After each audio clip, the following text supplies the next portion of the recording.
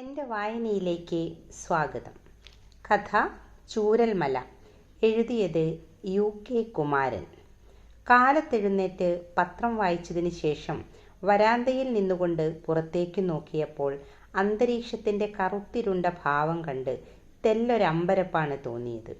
ഏതു നിമിഷത്തിലും കനത്തൊരു മഴ പെയ്തേക്കാമെന്ന് തോന്നിയെങ്കിലും മഴയ്ക്ക് താഴേക്ക് ഇറങ്ങി വരാൻ കഴിയാത്തവണ്ണം കറുത്തൊരാവരണം ആകാശത്തെ മൂടിയിരിക്കുകയാണ്. അസുഖകരമായ അന്തരീക്ഷം കണ്ടപ്പോൾ എന്തൊക്കെയോ സംഭവിച്ചേക്കുമെന്ന ഒരു ഭീതി ഉള്ളിൽ പടരുകയും ചെയ്തു. പലപ്പോഴും അങ്ങനെയൊക്കെ സംഭവിച്ചിട്ടുണ്ട്. അവിചാരിതമായി ശീതക്കാറ്റടിക്കുമ്പോഴോ ആകാശം കറുത്തിരുണ്ട് നിൽക്കുമ്പോഴോ പഴമക്കാർ പറയുമായിരുന്നു, വലിയൊരു കൊടുങ്കാറ്റോ പെരുമഴയോ വരാൻ പോവുകയാണ്, ചിലപ്പോൾ മലയിടിച്ചിലും ഉണ്ടാകാം. അത് ശരിയായിരുന്നു. കാതോർത്താൽ കാറ്റിൻ്റെ ഹുങ്കാരവും മരങ്ങൾ കടപുഴകി വീഴുന്ന ശബ്ദവും കേൾക്കാം. മലകളിൽ നിർത്താതെ പെയ്യുന്ന മഴ അമിത വേഗത്തിൽ കുത്തിയൊലിച്ചിറങ്ങി വലിയ നീർച്ചാലുകൾ സൃഷ്ടിക്കുന്നു. പിന്നെ മലകളെ പിളർത്തിക്കൊണ്ട് വലിയ മണ്ണടരുകളെ താഴേക്ക് കൊണ്ടുവരുന്നു. അയാൾ ഭീതിയോടെ പുറത്തേക്ക് കണ്ണുകൾ അമർത്തി. കറുത്ത അന്തരീക്ഷത്തിന് ഇപ്പോൾ കൂടുതൽ ആഴം വെച്ചിരിക്കുന്നു. എവിടെയോ എന്തോ സംഭവിച്ചിട്ടുണ്ടാകുമെന്ന് അയാൾ ഉറപ്പിച്ചു. വിവരങ്ങൾ അറിയാൻ വേണ്ടി അയാൾ ഉഴറി. ചുറ്റുവട്ടത്തിലെ സംഭവങ്ങൾ ഉടൻ അറിയാൻ ഇപ്പോൾ ഏറ്റവും എളുപ്പം ടെലിവിഷൻ തന്നെയാണെന്ന് തോന്നിയതുകൊണ്ട് അയാൾ TV തുറന്നു. വാർത്തകൾ തരുന്ന ചാനൽ തുറന്നപ്പോൾ ആദ്യം തന്നെ കണ്ണിൽപ്പെട്ടത് നെടുകെ പിളർന്ന മലകളുടെ വലിയൊരു ദൃശ്യമായിരുന്നു. പിന്നെ വെള്ളത്തിൻ്റെ കുത്തൊഴുക്കിൽപ്പെട്ട് ശൂന്യമാക്കപ്പെട്ട മണ്ണിൻ്റെ ചുവപ്പും വെളുപ്പും ചേർന്ന പ്രതലവും. അവിടെയൊന്നും ഒറ്റ മരം പോലും ഇല്ലായിരുന്നു. കണ്ണെത്താ ദൂരത്തോളം അതങ്ങനെ പരന്നു കിടക്കുകയാണ്. ഒറ്റ കാഴ്ചയിൽ അതെന്താണെന്ന് വ്യക്തമായില്ലെങ്കിലും ഭയാനകമായ ഒരു പ്രകൃതി ദുരന്തത്തിൻ്റെ അടയാളങ്ങൾ അതിൽ തെളിഞ്ഞു കിടപ്പുണ്ടായിരുന്നു. താൻ അതുവരെ കാണാത്ത ഒരു ഭൂവിഭാഗം. എവിടെയോ കനത്ത ഉരുൾപൊട്ടലോ മലവെള്ളപ്പാച്ചിലോ ഉണ്ടായിട്ടുണ്ടെന്ന് അയാൾ ഉറപ്പിച്ചു. കൂടുതൽ വിവരങ്ങൾ അറിയാൻ ടെലിവിഷൻ ദൃശ്യത്തിലേക്ക് അയാൾ കണ്ണുകൾ ഉറപ്പിച്ചു.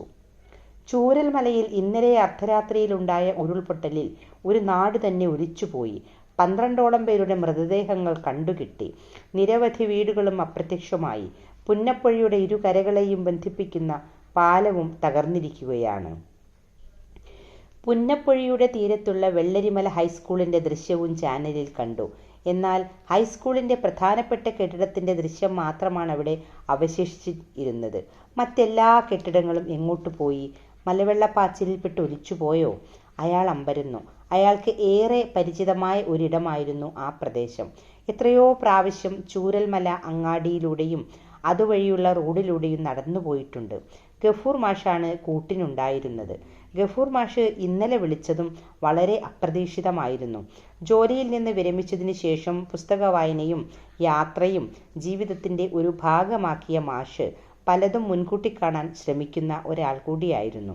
ഗഫൂർ മാഷ് പറഞ്ഞു, ഇവിടത്തെ പ്രാദേശിക ചാനലിൽ അല്പം മുൻപ് വാർത്ത വന്നിരുന്നു. പുന്നപ്പുഴയിലെ വെള്ളം കലങ്ങി മറിഞ്ഞാണ് ഒഴുകുന്നത്. മുകളിൽ എവിടെയോ ഉരുൾപൊട്ടലുണ്ടായിട്ടുണ്ടെന്ന് സംശയിക്കേണ്ടിയിരിക്കുന്നു. ഉരുൾപൊട്ടാൻ സാധ്യതയുള്ള പ്രദേശം എന്ന നിലയിൽ ഈ ഭാഗത്തുള്ളവർ കരുതൽ നടപടികൾ സ്വീകരിക്കേണ്ടതാണ്. പ്രാദേശിക ചാനലിൽ വന്ന വാർത്ത ചുരുക്കി പറഞ്ഞുകൊണ്ട് മാഷ് അറിയിച്ചു. ഇതൊന്നും കേട്ടിട്ട് ഇവിടെ ആർക്കും ഒരു കുലുക്കവും ഉണ്ടായില്ല. ഒന്നും സംഭവിക്കില്ലെന്നാണ് അവരുടെയൊക്കെ വിചാരം. ധനുഷ്കോടിയിൽ പോയപ്പോൾ നാം കേട്ട ഒരു കാര്യം ഓർമ്മയുണ്ടോ? ധനുഷ്കോടി ഇപ്പോൾ ഒരു ശവപ്പറമ്പാണ്. മുൻപ് അവിടെ ധാരാളം പേർ താമസിക്കുന്ന ഒരു ടൗൺ ആയിരുന്നു. റെയിൽവേ സ്റ്റേഷനും സ്കൂളുകളും മറ്റുമുള്ള ജനത്തിരക്കുള്ള ഒരിടം. എന്നാൽ ഒരു രാത്രിയുണ്ടായ അതിഭീകരമായ ചുഴലിക്കാറ്റ് എല്ലാം തകർത്തെറിഞ്ഞു. ചുഴലിക്കാറ്റിൽ മുൻപൊരിക്കലും കാണാത്ത കടൽ ക്ഷോഭമുണ്ടായി. കരയിലേക്ക് ഇരച്ചു കയറിയ കടൽ എല്ലാറ്റിനെയും നക്കിയെടുത്തു. കാറ്റ് എല്ലാ കെട്ടിടങ്ങളെയും തകർത്തെറിഞ്ഞു. ദുരന്തത്തിന് മുൻപ് പ്രകൃതി അവർക്ക് സൂചന കൊടുത്തിരുന്നു. ആകാശം മുൻപെങ്ങും കാണാത്ത വിധം കറുത്തിരുന്നു. ഇടയ്ക്കിടെ കാറ്റിൻ്റെ വാൾത്തലപ്പുകൾ വീശി അടിച്ചുകൊണ്ടിരുന്നു. എൻ്റെ ഒരു സുഹൃത്തിൻ്റെ കുടുംബം അവിടെ താമസിച്ചിരുന്നു. ഫെർണാണ്ടസ് ഒരു സങ്കര വംശജനാണ്. അയാൾ മക്കൾക്ക് മുന്നറിയിപ്പ് കൊടുത്തിരുന്നു. മക്കളെ, മാറി താമസിച്ചോളൂ. ബൈബിളിൽ പറഞ്ഞ പ്രളയം വരാൻ പോകുന്നതിൻ്റെ സൂചന കണ്ടു തുടങ്ങിയിരിക്കുന്നു. അത് എല്ലാറ്റിനെയും നശിപ്പിക്കും. എന്നാൽ അയാളുടെ ഇളയ മകൻ മാത്രമേ അപ്പൻ പറഞ്ഞത് കേട്ടുള്ളൂ. അപ്പനോടൊപ്പം അയാളും വീട് വിട്ടിറങ്ങി. പിറ്റേന്നു കാലത്ത് നാട്ടുകാർ കണ്ടത് ഒന്നും അവശേഷിക്കാത്ത ഒരു ധനുഷ്കോടിയായിരുന്നു. ഫെർണാണ്ടസിന് ഇളയ മകനെ മാത്രമേ കിട്ടിയുള്ളൂ. ചാനലിൽ മുന്നറിയിപ്പ് കണ്ടയുടനെ ഞാൻ ധനുഷ്കോടി ഓർത്തു. പുന്നപ്പുഴയുടെ തൊട്ടപ്പുറത്ത് അല്പം ഉയർന്ന സ്ഥലത്ത് മൂത്ത മകൾ താമസിക്കുന്നുണ്ട്. ഞങ്ങൾ അങ്ങോട്ട് മാറാൻ തീരുമാനിച്ചു. ഞങ്ങളിപ്പോൾ അവിടെയാണ്. വീട് മാറിയതിന് നാട്ടുകാർ ചിലർ ഞങ്ങളെ പരിഹസിക്കുകയും ചെയ്തു. ടിവിയിൽ വാർത്ത കണ്ടയുടനെ ഗഫൂർ മാഷുമായി ബന്ധപ്പെടാൻ അയാൾ ശ്രമിച്ചെങ്കിലും ഫോണിൽ ബന്ധപ്പെടാൻ സാധിക്കുന്നില്ല. അപ്പോഴൊക്കെ മനസ്സിൽ അറിയാത്ത ഒരു അസ്വാസ്ഥ്യം പടർന്നു കയറുകയായിരുന്നു. ഗഫൂർ മാഷുടെ മകളുടെ വീട് പുന്നപ്പുഴയിൽ കുറച്ചകലെ അല്പം ഉയർന്ന സ്ഥലത്തായതുകൊണ്ട് ഗഫൂർ മാഷയ്ക്ക് കുഴപ്പമൊന്നും ഉണ്ടാകില്ലെന്ന് അയാൾ ആശ്വസിച്ചു. TV കണ്ടുകൊണ്ടിരിക്കെ ദുരന്തത്തിൻ്റെ ആഴവും വലുപ്പവും അറിഞ്ഞപ്പോൾ ഒന്നും തന്നെ വിശ്വസിക്കാൻ കഴിയുന്നില്ല. കൂറ്റൻ പാറക്കല്ലുകൾ എല്ലായിടത്തും ചിതറിക്കിടപ്പുണ്ടായിരുന്നു.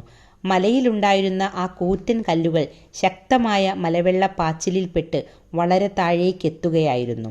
അതിൻ്റെ മുൻപിലുണ്ടായിരുന്ന എല്ലാറ്റിനെയും പാറക്കല്ലുകൾ ഇടിച്ചു തകർക്കുകയും ചെയ്തു. ഹൈസ്കൂൾ കെട്ടിടങ്ങളും വീടുകളുമെല്ലാം അങ്ങനെ തകർന്നതാകണം. ഗഫൂർ മാഷുടെ കുടുംബത്തിനും വീടിനും എന്തെങ്കിലും സംഭവിച്ചോ എന്നറിയാൻ അയാൾ തിടുക്കപ്പെട്ടുകൊണ്ടിരുന്നു. ചൂരൽമലയുടെ ഭാഗത്തുള്ള സുഹൃത്തുക്കളിൽ ചിലരെ ഫോണിൽ കിട്ടിയപ്പോൾ തിരക്കിയെങ്കിലും അവർക്കെല്ലാം ഒരേ മറുപടിയായിരുന്നു. എത്ര ആളുകൾ പോയി, വീടുകൾ പോയി എന്നൊന്നും പറയാൻ കഴിയില്ല. ഒരു പ്രദേശം തന്നെ ഇല്ലാതായി എന്നതാണ് സത്യം. ഗഫൂർ മാഷുടെ മകളുടെ വീട്ടിൽ ഒരിക്കൽ പോയിട്ടുണ്ട്. തെല്ലുയർന്ന ഒരിടത്താണ് വീട്. വീടിന് തൊട്ടു മുൻപിൽ വലിയൊരു മരവുമുണ്ട്. മലവെള്ളപ്പാച്ചിൽ അവിടെ എത്തണമെങ്കിൽ അത്രയും ഉയരത്തിൽ വെള്ളം കയറേണ്ടതുണ്ട്. അങ്ങനെ സംഭവിക്കില്ല എന്ന് അയാൾ കരുതി. നല്ല കരുത്തോടെയാണ് വീട് പണിതിട്ടുള്ളത്. മകളുടെ വീടിൻ്റെ നിർമ്മാണത്തിൽ മാഷുക്ക് അത്രമാത്രം കരുതലുണ്ടായിരുന്നു. എത്ര ശക്തമായ മഴവെള്ളപ്പാച്ചിലുണ്ടായാലും വീടിനെ തൊടാൻ അതിനൊന്നും കഴിയില്ലെന്ന് അയാൾ ദൃഢമായി വിശ്വസിച്ചു. ഗഫൂർ മാഷ് ഫോണിൽ കിട്ടാൻ അയാൾ ഒരിക്കൽ കൂടി ശ്രമിച്ചു. അപ്പോഴും ശ്രമം വിഫലമാവുകയായിരുന്നു. അയാൾ മറ്റൊന്നുകൂടി ആഗ്രഹിച്ചു. തൻ്റെ ഫോണിലേക്ക് ഗഫൂർ മാഷുടെ വിളി എത്തും. എന്നിട്ട് ഗഫൂർ മാഷി ഇങ്ങനെ പറയും: ഞാൻ വിചാരിച്ചതുപോലെ തന്നെ സംഭവിച്ചു രാജേന്ദ്ര മാഷേ.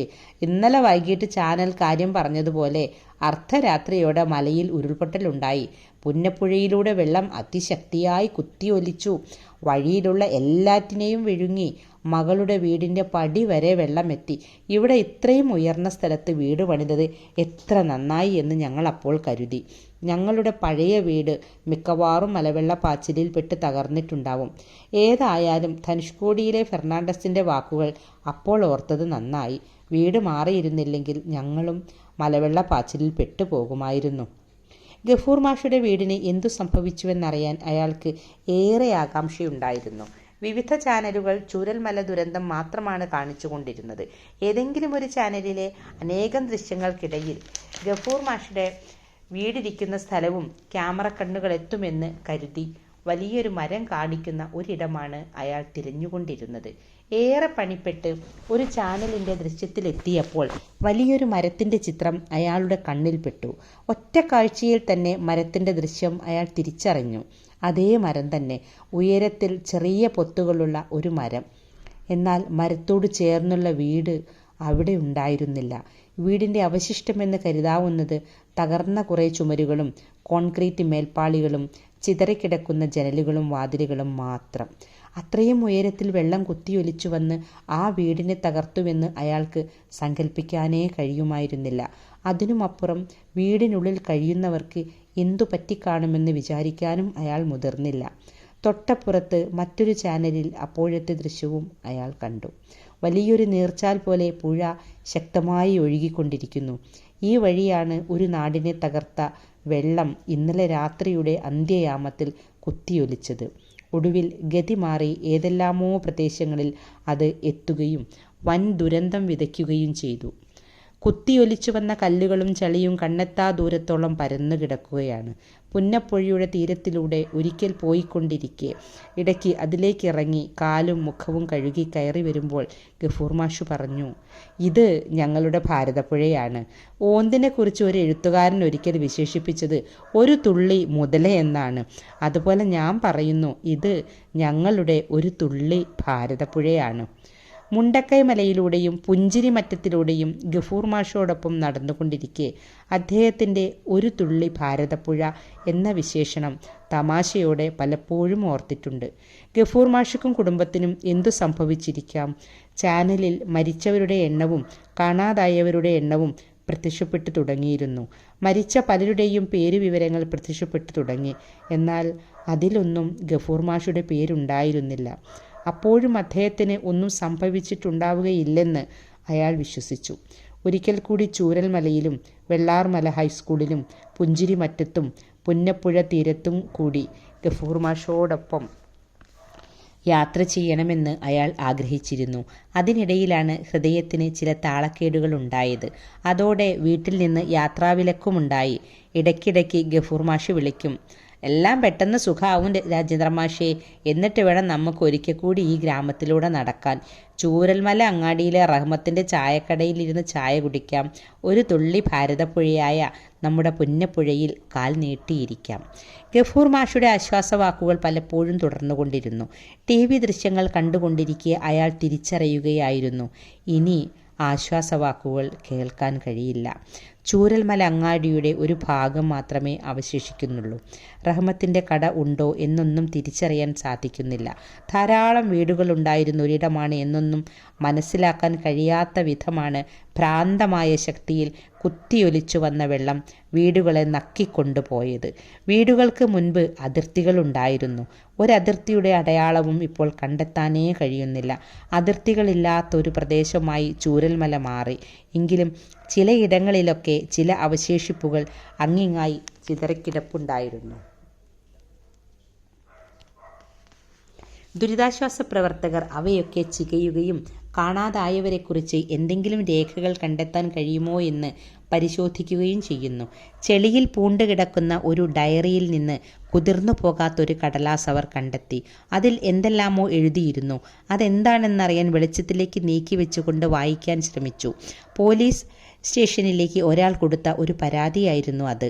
ചൂരൽമല അംശം ദേശത്ത് താമസിക്കുന്ന മേലേടത്തുപറമ്പിൽ രാഘവൻ ബഹുമാനപ്പെട്ട ഇൻസ്പെക്ടർക്ക് മുൻപിൽ സമർപ്പിക്കുന്ന പരാതി. എൻ്റെ തൊട്ടടുത്ത് താമസിക്കുന്ന താഴേടത്തുപറമ്പിൽ ഹൈദ്രോസ് എന്നയാൾ എൻ്റെ വീട്ടുവളപ്പിലേക്ക് 10 അടി കടന്ന് വേലി കെട്ടി സ്ഥലം കയ്യേറിയിരിക്കുന്നു. ഞങ്ങൾക്കാകെയുള്ള സ്ഥലത്തിലാണ് അയാൾ കയ്യേറ്റം നടത്തിയിരിക്കുന്നത്. ബഹുമാനപ്പെട്ട പോലീസ് അധികൃതർ വേലി പൊളിച്ചുമാറ്റി സ്ഥലം പഴയ രീതിയിലാക്കിത്തരാൻ വേണ്ട നടപടികളുണ്ടാവണമെന്ന് താഴ്മയായി അപേക്ഷിക്കുന്നു. ദുരിതാശ്വാസ പ്രവർത്തകർ ആ പരാതി വായിച്ച് ചുറ്റും പകച്ചു നോക്കി. എവിടെയാണ് അതിർത്തികളുള്ളത്? എല്ലാ അതിരുകളും മലവെള്ളം കൊണ്ടുപോയിരിക്കുന്നു. രാഘവനും ഹൈദ്രോസും അവരുടെ കുടുംബങ്ങളും അപ്രത്യക്ഷമായിരിക്കുന്നു. കാണാതായ ആർക്കും തന്നെ ഇനി ഇവിടെ ഭൂമിയും ആവശ്യമില്ല. പിന്നീടുള്ള ദിവസങ്ങളിലൊക്കെ രാജേന്ദ്രൻ മാഷ് പരതിക്കൊണ്ടിരുന്നത് ഗഫൂർ മാഷെക്കുറിച്ചോ കുടുംബത്തെക്കുറിച്ചോ എന്തെങ്കിലും വിവരങ്ങൾ കിട്ടുമോ എന്നറിയാനായിരുന്നു. പുന്നപ്പുഴയുടെ തീരത്തെ മറികടന്നുകൊണ്ട് കുത്തിയൊലിച്ചു വന്ന മലവെള്ളം സൂചിപ്പാറ വെള്ളച്ചാട്ടവും കടന്ന് നാഴികകൾക്കപ്പുറത്തുള്ള ചാലിയാറിലാണ് എത്തിയതെന്ന് വാർത്തകളിൽ പറഞ്ഞുകൊണ്ടിരിക്കുന്നു. ചാലിയാറിൽ നിന്നാണ് പല ജഡങ്ങളും കണ്ടെത്തിയത്. പുഴയുടെ തീരത്തുള്ള പൊന്തക്കാടുകളിൽ അവയിൽ പലതും അടിഞ്ഞുകിടക്കുകയായിരുന്നു. പല ജഡങ്ങൾക്കും അംഗഭംഗവും വന്നിരുന്നു. ചളിയിൽ പുതഞ്ഞ നിലയിലാണ് ധാരാളം ശരീരഭാഗങ്ങളും കിട്ടിക്കൊണ്ടിരുന്നത്. 3-ാം നാൾ പുഴയിൽ നിന്ന് കണ്ടെടുത്ത മൃതശരീരം ഗഫൂർ മാഷുടേതാണെന്ന് വളരെ കഷ്ടപ്പെട്ടിട്ടാണ് തിരിച്ചറിഞ്ഞത്. മുഖവും ശരീരഭാഗങ്ങളും തിരിച്ചറിയാൻ കഴിയാത്ത വിധം മാറിപ്പോയിരുന്നു. ഗഫൂർ മാഷിനെ കണ്ടെത്തിയെന്നറിഞ്ഞപ്പോൾ തന്നെ രാജേന്ദ്ര മാഷ് തീരുമാനിച്ചു, ചൂരൽമലയിലേക്ക് പോകണം. വീട്ടുകാർ തടയുമെങ്കിലും ആരോഗ്യം അനുവദിക്കില്ലെങ്കിലും അവിടെ പോകാതിരിക്കാൻ തനിക്കാവില്ലെന്ന് രാജേന്ദ്ര മാഷിന് അറിയാമായിരുന്നു. ഒരിക്കൽ കൂടി ചൂരൽമലയിലേക്ക് വന്നപ്പോൾ അയാൾ അമ്പരക്കുകയായിരുന്നു. മുൻപ് താനും ഗഫൂർ മാഷും നടന്നു പോയിരുന്ന ഒരു ഭൂപ്രദേശമല്ലിത്. കാറ്റിൻ്റെ ഓരോ ഇടർച്ചയിലും മരണത്തിൻ്റെ ഗന്ധം തങ്ങി നിൽപ്പുണ്ടായിരുന്നു. കബറടക്കാൻ കൊണ്ടുവന്ന ഗഫൂർ മാഷുടെ മയ്യത്തിൻ്റെ മുന്നിൽ രാജേന്ദ്രൻ മാഷ് നിന്നു. പിന്നെ മയ്യത്ത് കുഴിയിലേക്ക് താഴ്ത്തിയപ്പോൾ നനവ് പുരണ്ട പുതുമണ്ണു വാരി ദുഃഖമമർത്തിപ്പിടിച്ച് മയ്യത്തിൻ്റെ മേൽ ചൊരിഞ്ഞു. അപ്പോൾ രാജേന്ദ്രൻ മാഷ് പതുക്കെ മന്ത്രിച്ചു, അല്ലാഹുവേ, ചോദ്യവേളയിൽ ഇദ്ദേഹത്തിന് എളുപ്പമുണ്ടാവട്ടെ. അല്ലാഹുവേ, ഇദ്ദേഹത്തോട് ക്ഷമിക്കണേ, ഇദ്ദേഹത്തെ അനുഗ്രഹിക്കണേ.